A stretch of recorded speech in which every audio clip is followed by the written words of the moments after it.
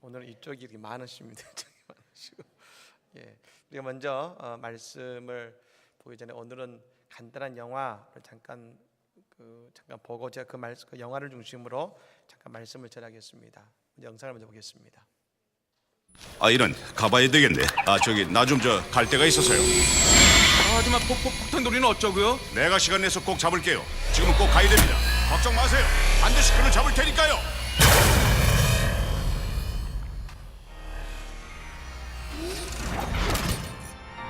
이봐, 나 일찍도 왔지? 많이 늦었어. 나 어때 보여? 멋져?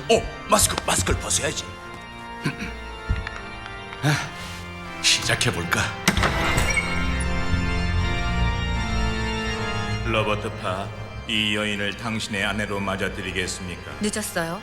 이따가 뭐 할 거냐고 물어볼 때 난 당신이 결혼식을 까먹고 있던 걸 모르고 장난치는 줄 알았어요. 그거 장난친 거 맞아. 아주 아슬아슬한 시간이 왔잖아요. 세상 살자면 융통성이 있어야겠지? 사랑하지만 이 결혼이 성공하려면 초능력보다 더한 노력이 필요해요. 무슨 뜻인지 끝날까지 알고 있죠? 사랑할 것을 맹세합니까? 그럼요. 이제 두 사람을 부부로 선포합니다.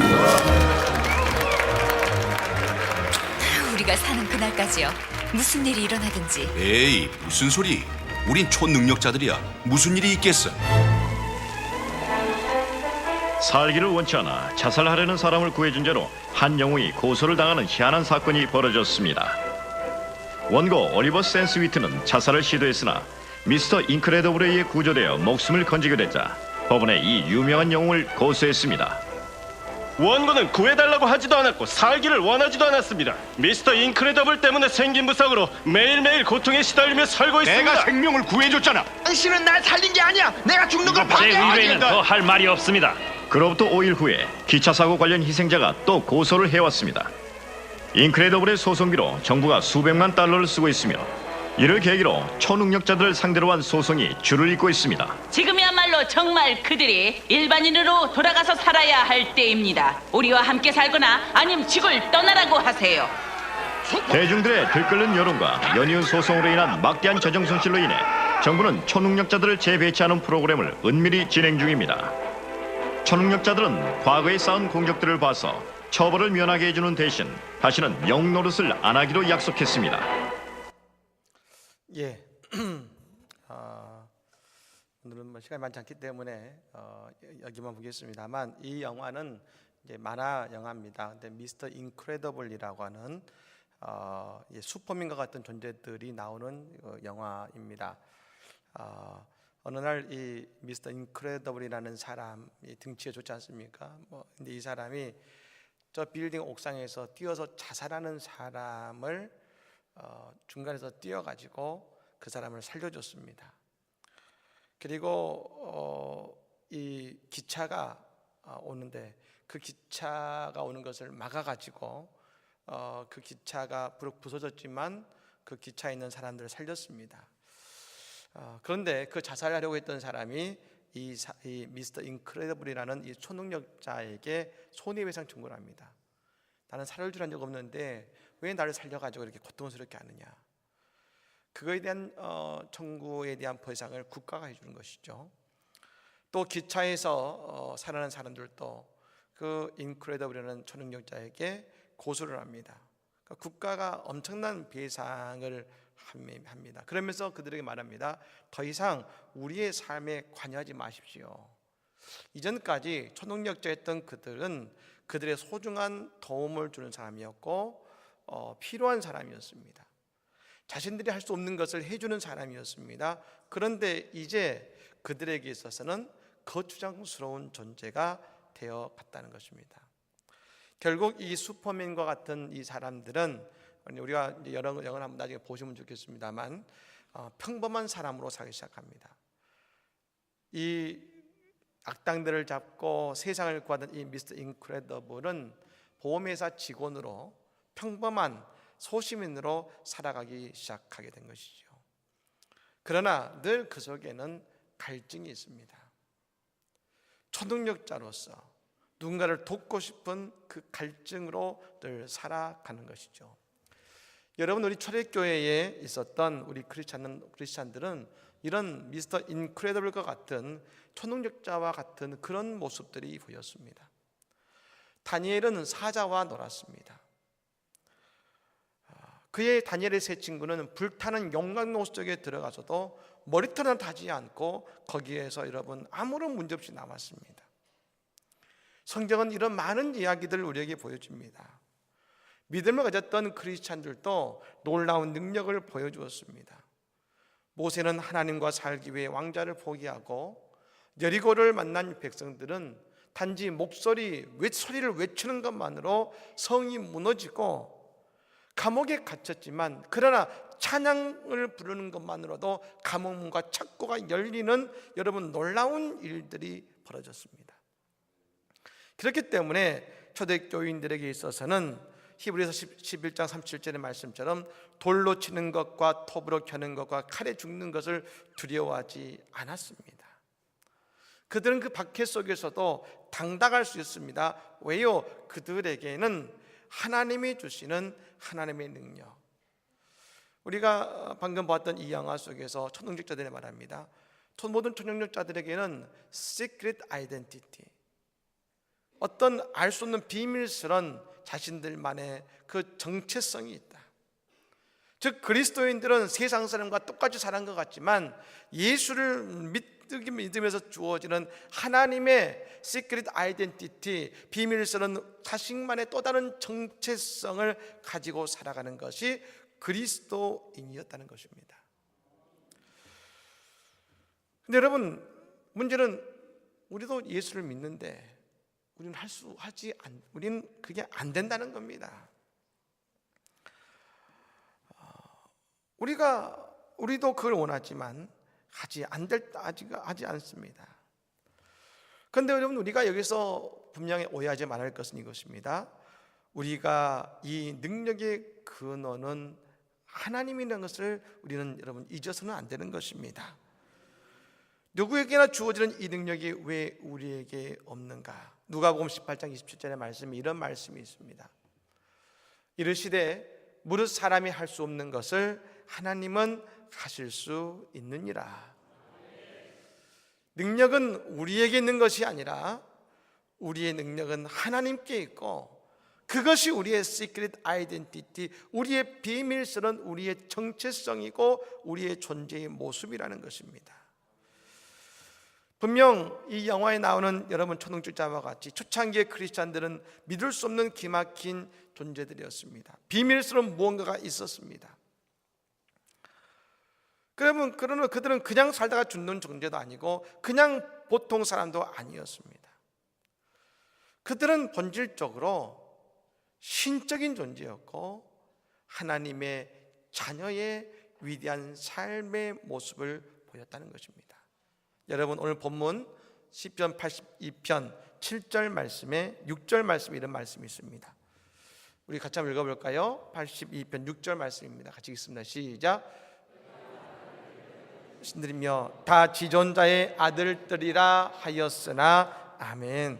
우리는 뭐라 하겠습니까? 너희는 신들이며 다 지존자의 아들들이라 하겠습니다. 여러분, 이것은 우리가 말하는 그리스 로마의 그런 신이 아닙니다. 우리는 하나님의 피조, 하나님의 창조물이고 하나님의 아들이고 딸들입니다. 하나님의 자녀들입니다. 그러므로 우리의 인생 속에 하나님의 능력, 하나님의 그 구원의 능력, 하나님의 능력이 우리에게 있다는 것이지요. 그렇기 때문에 우리는 세상이 감당할 수 없는 그런 기막힌 존재였는데 여러분, 그 능력이 세상 사람들이 원했습니다. 여러분, 바울이 얼마나 위대한 존재입니까? 바울은 예수라는 사람이 누군지도 모르는 곳에 가서 그곳을 다니는 곳곳마다 사람들을 전도하고 교회를 세웠습니다. 가는 곳곳마다. 지식이 아닙니다. 믿어야 하는 것입니다. 그런데 바울을 통해서 가는 곳마다 교회가 세워졌습니다. 그리고 수많은 그리스도인들은 세상에 늘 선한 능력과 영향력을 끼쳐왔습니다. 근데 여러분, 요즘은 어떻습니까? 더 이상 세상이 그리스도교를 여러분 필요하지 않는 것처럼 보입니다. 오히려 비난합니다. 예전에 우리 청년들에게 그런 얘기를 했습니다만, 우리 교회는 문화가 밤이라고 있었지 않습니까? 젊은이들이 문화를 누리고 싶지만 예전에는 누릴 곳이 없었는데, 교회에 오면 악기도 있고 노래도 부를 수 있고 문화가 밤 때 연극도 하고 사회에서 누릴 문화를 여러분 교회에서 누렸습니다. 여러분 지금은 어떻습니까? 지금은 오히려 교회가 사회상의 문화를 따라가기 어렵습니다. 그러다 보니까 이제 교회가 불편해지고 귀찮아진 것처럼 보입니다. 예전에는 교회를 통하여서 세상의 윤리와 세상의 도덕의 기준을 마련해 줬습니다. 근데 이제는 뭐라고 합니까? 말씀과 도덕의 기준을, 이 신앙의 기준을 세상이 이제는 비켜라 합니다. 자기들끼리 사겠다고 합니다. 예, 세상이 우리에게 그럽니다. 그렇다면 왜 오늘 우리는 그런 위기와 어려움을 당하게 되었습니까? 그것은 이것입니다. 우리에게 있는, 그들이 갖고 있는 시크릿 아이덴티티, 우리 그리스도인들만의 신앙의 정체성을 우리는 점점 잊어버리고 있기 때문에 그런 것입니다. 여러분, 그럼 우리는 어떻게 우리의 신앙의 정체성을 다시 발견하고 회복할 수 있을까요? 요한복음 1장 12절 말씀입니다. 우리 같이 한번 읽어보겠습니다. 시작. 영접하는 자, 곧 그 이름을 믿는 자들에게는 하나님의 자녀가 되는 권세를 주셨으니 아멘. 여러분, 주님이 주신 이 말씀 속에 우리의 아이덴티티, 우리의 정체성을 회복할 수 있는 여러분 단초가 나옵니다. 예수의 이름을 믿는 자들을 통하여서 우리의 신앙의 정체성, 인생의 정체성이 회복된다는 것입니다. 여러분, 내 삶 가운데 오직 하나님이 내 모든 삶을 지배하고 통치하기 시작하실 때, 그때 하나님의 놀라운 이야기가 우리에게 드러나기 시작한다는 것입니다. 여러분, 그리스도인들의 가장 힘든 것이 뭔지 아십니까? 내가 예수 믿는데 내가 예수 믿는다고 말하지 못하는 겁니다. 여러분, 이 영화에 나오는 초능자들은 이제 시민이 되어서 평범히 살아갑니다. 근데 그 가슴 속에 여러분 견딜 수 없는 목마름이 있습니다. 자신의 능력, 자신의 아이덴티티, 정체성을 세상에 드러내고 싶은 겁니다. 우리가 왜 능력 없이 살아갑니까? 교회에 와서는 내가 여러 가지 직분의 모습으로 살아가지만 세상에 나가서는 교회의 직분과 모습과 상관없이 세상 사람과 구분되지 않게 살아가는 우리의 모습이 여러분 우리의 신앙의 정체성, 인생의 정체성을 가슴 앞에 만드는 것입니다. 우리가 어느 곳에 가서든지 나는 예수 믿는 사람입니다. 예수 믿는 사람입니다. 여러분, 그것을 밝힐 수 있을 때 하나님은 우리를 통해서 위대한 역사를 우리의 삶과 우리의 가정과 직장 속에서 드러내 주실 줄로 믿습니다. 그렇습니다. 믿음은 여러분 우리의 삶의 양식으로 드러나야 됩니다. 오늘 여러분 본문 2절부터 5절까지의 이런 말씀이 나옵니다. 우리가 진정 그리스도는 하나님의 자녀로서 우리는 어떤 모습으로 그러면 이 세상을 살아가야 됩니까? 오늘 말합니다. 너희가 불공평한 판단을 하며 악인의 납보기를 언제까지 하려느냐? 가난한 자와 고아를 위하여 판단하며 곤란한 자와 빈궁한 자에게 공의를 베풀지며 가난한 자와 궁핍한 자를 구원하여 악인들의 손에서 건질지니라 하시는도다. 여러분, 이것이 바로 우리가 이 땅에서 그리스도인으로 살아야 되는 하나님 그리스도인의 정체성인 겁니다. 예전에 우리의 초대교회는 어땠습니까? 초대교회가 만들어지자마자 과부와 고아를 구제했습니다. 어려운 이들을 도우고 살리는 일에 교회가 앞장섰습니다. 그때는 여러분 어땠습니까? 로마서 8장 19절의 말씀과 같은 이런 현상이 일어났습니다. 피조물의 고대한 바는 하나님의 아들들이 나타나는 것이니 이 세상은 늘 하나님의 아들들의 도래를 기다렸습니다. 지금도 마찬가지입니다. 지금도 이 세상, 어려운 세상, 흔들리는 세상 속에서 뭘 바라고 있느냐? 하나님의 아들들이 세상 속에서 이 세상에 진정 자신의 정체성을 가지고 하나님의 역사를 드러내기를 세상은 바라고 있다는 것입니다. 우리가 누굽니까? 우리의 정체성은 하나님의 자녀입니다. 하나님의 자녀입니다. 그러므로 오늘 우리의 신앙과 삶의 모습이 세상 속에 드러나게 될 때에 이 세상은 아름다워지고 이 세상은 놀라운 그리스도의 열매를 맺게 될 줄로 믿습니다. 여러분, 제가 예전에 말씀드렸죠. 미국에 있는 동성애자는 불과 2% 3% 되지 않습니다. 그런데 그들이 그 미국의 법을 바꾸었습니다. 여러분, 이 땅에 수많은 그리스도인이 있습니다. 오늘 우리가 신앙의 하나님의 자녀의 정체성을 온전히 붙들고 살아간다면 이 안성이 변화될 것이고 이 나라가 변화될 것이고 이 땅이 하나님 나라로 변화되는 위대한 역사가 있게 될 줄로 믿습니다.